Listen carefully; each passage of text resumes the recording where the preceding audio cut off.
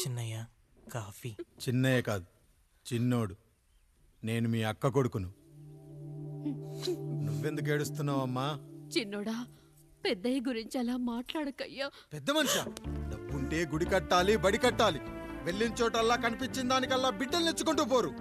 ప్రతి ఊళ్ళో చెట్లు నాటించడానికి వాడేమన్నా ఆశ కూడా. గుప్పెడంత ఉల్లిని కోస్తేనే కన్నీళ్ళు వస్తాయి. బారెడంత నా తల్లి మనస్సు కోసాడు. వాడి కన్నీళ్లు కాదు, రక్తం రావాలి, వచ్చేలా చేస్తా. మనల్ని ఇంతగా మోసం చేసిన వాడికి ఆస్తి 3 పిల్లలు, నీకు మాత్రం పేదరికం ఒక్కడే. వద్దు చిన్నయ్య, వద్దు చిన్నయ్య.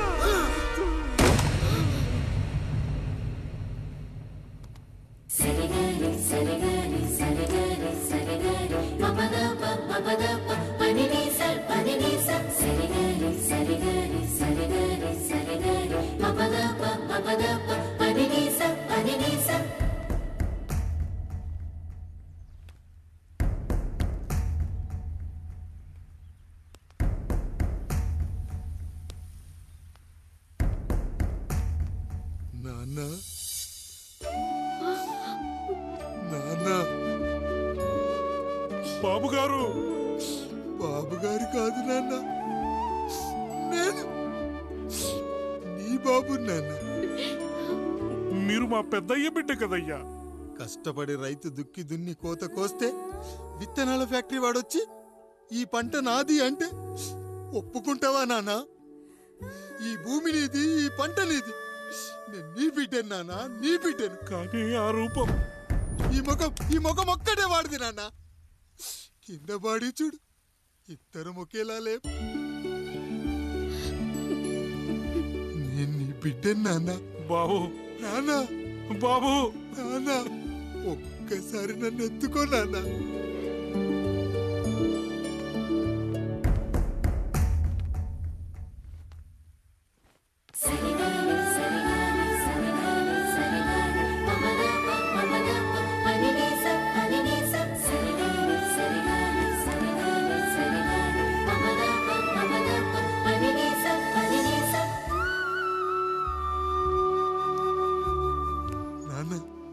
నువ్వెంత మంచివాడివి నాన్న. ఒకడు వాడిన టూత్ బ్రష్ నే ఎవ్వడూ చేత్తో పట్టుకోడు. అలాంటిది నువ్వు నోట్లో పెట్టుకుని తిరుగుతున్నావు. అమ్మ ఎంత అదృష్టవంతురాలు నాన్న, ఎంత అదృష్టవంతురాలు. చాలు బాబు, ఇది చాలు. చాలదు నాన్న, ఆ రాయుడు లెక్కేంటో తేలుస్తా. మన కుటుంబాన్ని ఇంత క్షోభ పెట్టిన ఆ రాయుడిని వదలనానా, వదలా. వాడంతేదో చూస్తా.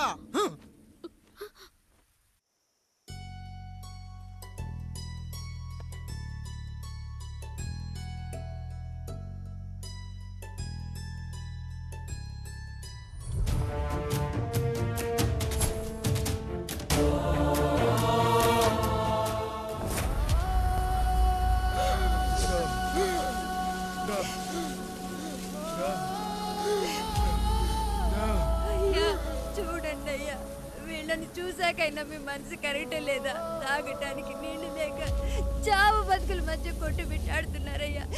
పచ్చగా ఉండే ఈ ప్రాంతానికి ఏం దిష్టి తగిలిందో ఏమో. భూమిలోనే కాదు, మా కళ్ళల్లో కూడా నీరు ఇంకిపోయేలా చేశాడా దేవుడు. ఈకంతా మీ చేతుల్లోనే ఉందయ్యా. చూడమ్మా, వర్షాలు లేక కరువుతో రాష్ట్రం కష్టాన్ని కూడా అరువు తెచ్చుకుని బతుకుతుంది.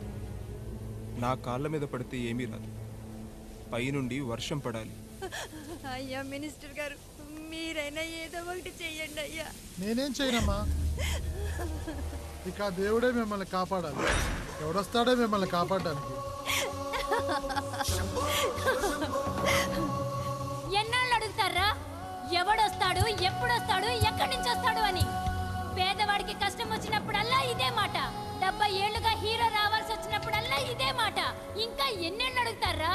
ఎవడొస్తాడే మిమ్మల్ని కాపాడడానికని మీరు మమ్మల్ని అడగటం, వస్తాడ్రా అని మేము మీకు చెప్పటం. అయినా సరే మళ్ళీ మీకోసం ఇంకోసారి చెప్తున్నాను, వస్తాడు. ఆకాశాన్ని చింపుకుంటూ వస్తాడు, నేలను పగలగొట్టుకుంటూ వస్తాడు. ఎవడు? దేవుడు. దేవుడా? రాయికి వరమిచ్చిన రాముడి దేవుడైతే, ద్రౌపదికి చీరిచ్చిన కృష్ణుడి దేవుడైతే, ఈ ఊరికి పేరే రాయుడు, పాపా రాయుడు, పాపా రాయుడు.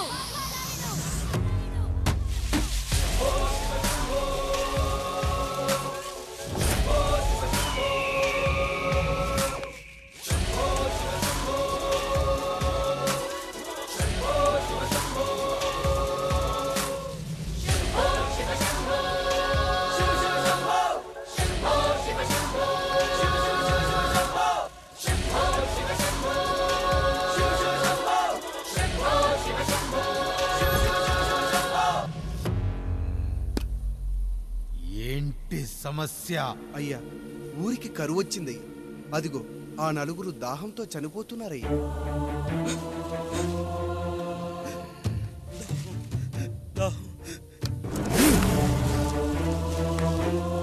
పాపారాయుడు తీర్పు ప్రకటిస్తున్నాడు. ఈ గ్రామం ఇంతకు ముందెప్పుడు ఎదురవ్వని సమస్య. అందుకే ఈ సమస్యని నా సర్వేంద్రియాలను కేంద్రీకరించి నవరంధ్రాలను బిగించి ఆలోచించి ఈ నా తీర్పు ప్రకటిస్తున్నాను. దాహంతో అలమటిస్తున్న ఆ నలుగురికి వెంటనే బావులు తవ్వించి వాళ్లకు నీళ్ళివ్వండి. అంత సమయం లేదయ్యా. మరో 5 నిమిషాల్లో వారి చేత నీళ్లు తాగించిపోతే చచ్చిపోతారయ్యా. పూజారి, మరేంటిప్పుడు దీనికి పరిష్కారం? నృత్యం. సంగీతానికి శిలలు, నృత్యానికి మేఘాలు కరుగుతాయని శాస్త్రం చెబుతుంది. ఆ నాట్యానికి ఆకాశం కరిగి వెంటనే వర్షం పడాలి. అందుకు ఆ నటరాజైన శివుడే మార్గం చూపించాలి.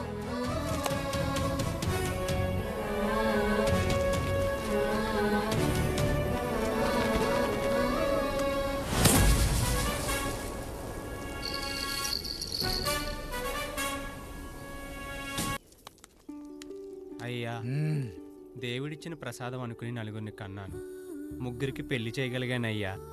ఈ ఊరు ఏమిచ్చినా మీరు తీసుకుంటారు కదయ్యా. ఇది మిగిలిపోయింది. తమరే ఏదో ఒకటి చెయ్యండి అయ్యా.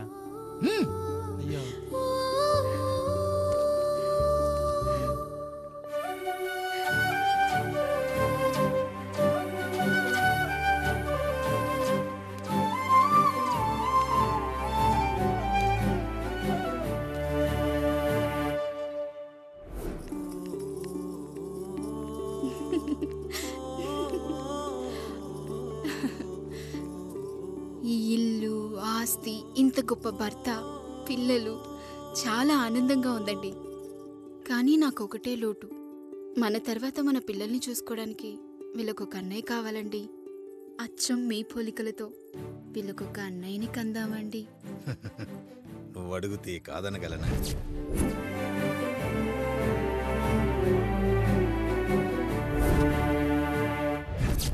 నానా, రాయుడెక్కడా? ఇప్పుడే వస్తున్నాను నాన్న.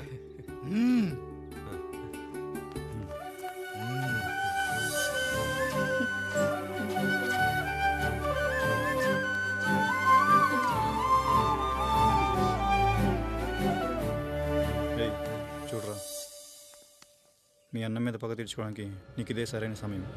పర్లేదంటావా? ఏం పర్వాలేదు. అయ్యా, ఎరా రంగా, ఏం కావాలో అడగరా. నీకంటూ ఏమి ఇవ్వలేదు, నువ్వు ఏమి అడగలేదు. చెప్పరా. మా అన్నకు నాకు పడట్లేదయ్యా. తోడ పుట్టినవాడని చాలా సహించాను. అడ్డమైన దానాలు చేసి ఆస్తి మొత్తం పోగొట్టాడు. ఇప్పుడేం కావాలరా? కొద్దిగా ఈ కత్తి తీసుకొని వాడిని చంపి పెట్టండి అయ్యా.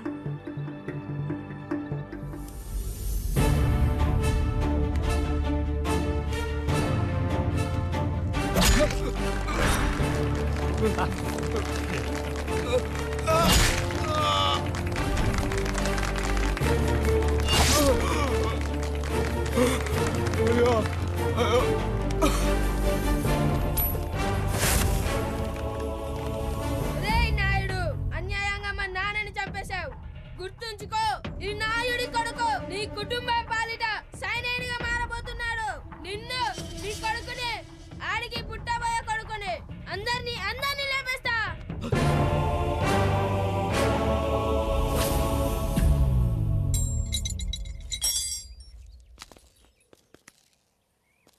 ఏం జరిగింది? మీరు హత్య చేసినట్టు ఇప్పుడే సమాచారం అందింది. తగిన సాక్ష్యాధారాలు పరిశీలించిన పిమ్మట మీకు యావజ్జీవ కారాగార శిక్ష, 2000 రూపాయల జరిమానా విధిస్తూ అరెస్ట్ చేస్తున్నాను. అయ్యగారు నా కోసం చేసిన త్యాగాన్ని హత్య అంటుందా మీ చట్టం? ఇదెక్కడ న్యాయం? మనిషికి ఇచ్చిన మాట నిలబెట్టుకుంటే అరెస్ట్ చేస్తారా? ఏ దేశంలో ఉంది చట్టం?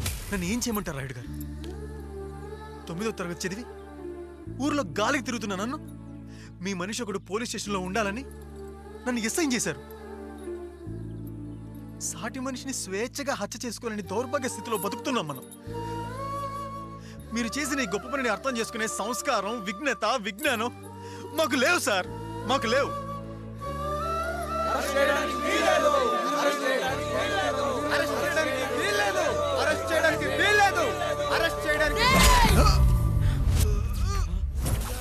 అయ్యా రాయుడు గారు, అయ్యా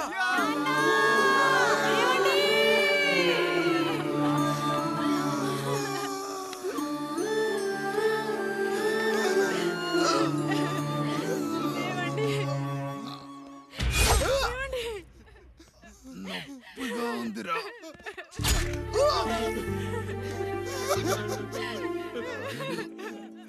సుధా, నేను లేకుండా ఎలా ఉండగా? పర్వాలేదండి, బిడ్డలతో నేను ఉండిపోతాను. అయ్యో, ఈ పాడు సమాజం నిన్ను మనశ్శాంతిగా బతకనివ్వదు. ఇంతమంది పిల్లల్ని చూసుకుంటూ భర్త లేకుండా ఎలా బతకగలం?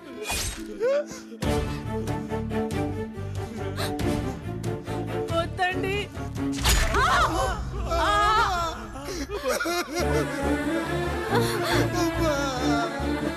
రాయుడు, బిడ్డలు జాగ్రత్త. ఈ రోజు నుంచి వీళ్ళంతా నీ తమ్ముళ్ళు చెల్లెళ్ళు కాదు, నీ బిడ్డలు.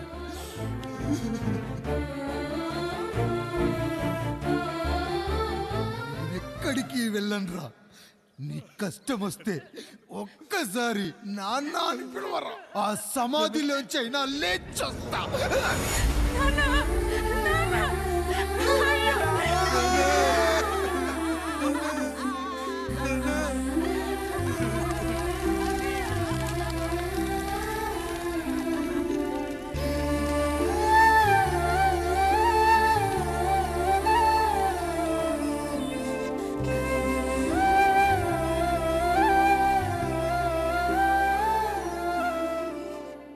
ఇందు మూలంగా 50 మందికి తెలియజేయనిదేమనగా, ఊరికి కొత్తగా వచ్చిన యాండ్రాయిడ్ తన తండ్రి పెదరాయుడు అని ఆస్తిలో వాటా పంచమని రచ్చబండిని ఆశ్రయించడం వలన గ్రామ పెద్దలందరూ రేపు 11 గంటలకు రాయుడు గారింటికి రావాల్సిందిగా కోరుచున్నాము.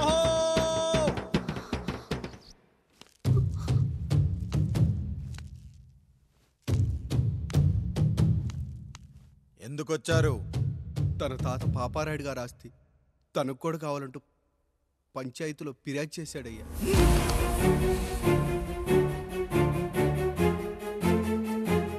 మస్తా గారు, ఆ దస్తావేజులు ఇవ్వండి. అయ్యా, మరి మా సంగతి ఏంటి? అడగరేంటి? అవునన్నయ్యా, ఈరోజు మీ పన్మేష్ కొడుకొచ్చాడు, రేపు ఆ పాలదం కూతురు వస్తుంది. ఇలా వచ్చినోళ్ళంతా మీ సంతానమే అని తెలిసాక అదిగో ఆ కాముడు చెప్పినట్టు మా ఆయన వాటా కిందో బాత్రూము, నాకో సబ్బు బిల్ల, నా పుట్టబోయే బిడ్డకు ఓ బొట్టు బిల్ల, ఇదే మిగులుతుంది. అయినా ఊరి జనాభా కన్నా అన్నయ్య పిల్లల సంఖ్య ఎక్కువైపోతుంది. వాళ్ళందరూ ఇంటి మీదకి వచ్చే లోపు మా ఆస్తి మాకు ఇచ్చేస్తే మా బతుకులు మేము బతికేస్తాంగా. అవునన్నయ్య, మా ఆస్తి మాకు కావాలంతే. ఎవరిని పట్టుకుని ఏం మాట్లాడుతున్నారయ్యా? గా ఉన్నప్పటి నుంచి ఆయన మిమ్మల్ని సాగుతూ ఉన్నారు. ఈరోజు పెరిగి పండయ్యాక మా దారి మేము చూసుకుంటాం అనడం న్యాయం కాదయ్యా, న్యాయం కాదు. ఏ ఆయన నీకో కొడుకునిచ్చాడా? వాడి పేరేంటి? ఐఫోనా? ఎరా, ఆస్తి కావాలా? 4 బ్రష్లతో తోముకుంటే ఎక్కడ విడిపోతామో అని నా బ్రష్, టూత్ పేస్ట్ నీకు త్యాగం చేసినప్పుడు అప్పుడు అడగాల్సిందిరా, అన్నయ్య ఆస్తి కావాలి అని. ఎరా, నేను వాడిపారేసిన లంగోటాలు మార్చి మార్చి చొక్కాలు చేతిగుడ్డలుగా వాడారే, అప్పుడు అడగాల్సిందిరా, అన్నయ్య ఆస్తి పంచు అని. నువ్వు 6 నెలల పసిగందుగా ఉన్నప్పుడు పాల కోసం ఏడుస్తుంటే నిన్ను తీసుకెళ్లి పసుల దొడ్లో కట్టేశానే, అప్పుడు అడగాల్సిందిరా, అన్నయ్య నాకు ఆస్తి కావాలి అని. మా తండ్రి గారు పాపారాయుడు పోలికలు నాకు, నా పోలికలు ఆండ్రాయిడ్కి. అసలు మా కుటుంబంలో ఏ పోలికలు లేని మీకు ఎందుకు ఇవ్వాలరా ఆస్తి? ఆస్తి లేదు, గీస్తి లేదు. Get out, get out, get out, get out, get out, get out అని నేను అనొచ్చు, కానీ అనగలనట్రా? అనలేను. ఎందుకంటే మీరంతా నా తమ్ముళ్ళు, నా చెల్లెళ్ళు. రక్తం తాగిన దోమ కూడా వెళ్ళేటప్పుడు కృతజ్ఞతగా ఏ మలేరియానో టైఫాయిడో వదిలి వెళ్తుంది. కానీ రక్తం పంచుకొని పుట్టిన మీరు ఈ అన్నయ్య కోసం ఆస్తి కూడా వదల్లేకపోతున్నారు కదరా. గుమస్తా గారు, నా యావదాస్తి నా తమ్ముళ్లకు, చెల్లెళ్లకు వాళ్ళ పేర్ల మీద రాయండి. నాకు చిల్లి గవ్వ కూడా అక్కర్లేదు. ఇక ఈ ఇంటికి నాకు ఎటువంటి సంబంధం లేదు. లక్ష్మి, సావిత్రి, మీ చీరలు విప్పేయండి. ఇక్కడికి వచ్చేటప్పుడు ఏ చీరలు కట్టుకున్నారో వెళ్ళేటప్పుడు కూడా అదే చీరలు కట్టుకోండి. వెళ్ళిపోదాం. దస్తావేజులు తీసుకురండి.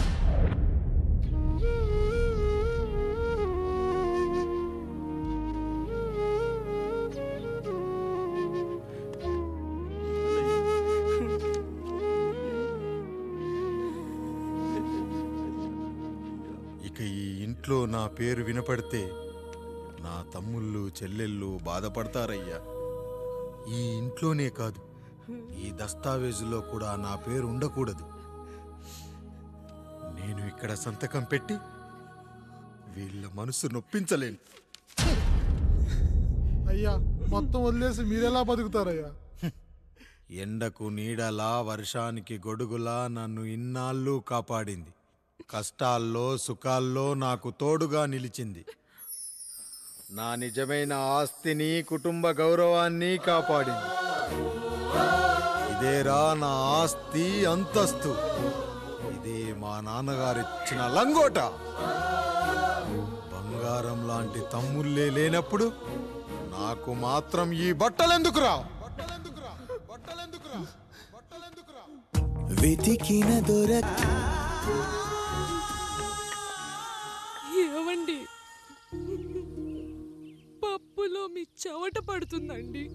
ఇడ్లీలో 2 చెంచాల ఉప్పు తగ్గించు లక్ష్మి. ఎలాగో మనం పేదోళ్ళమే కదా, కనీసం ఉప్పు ఖర్చైనా తగ్గుతుందనుకో.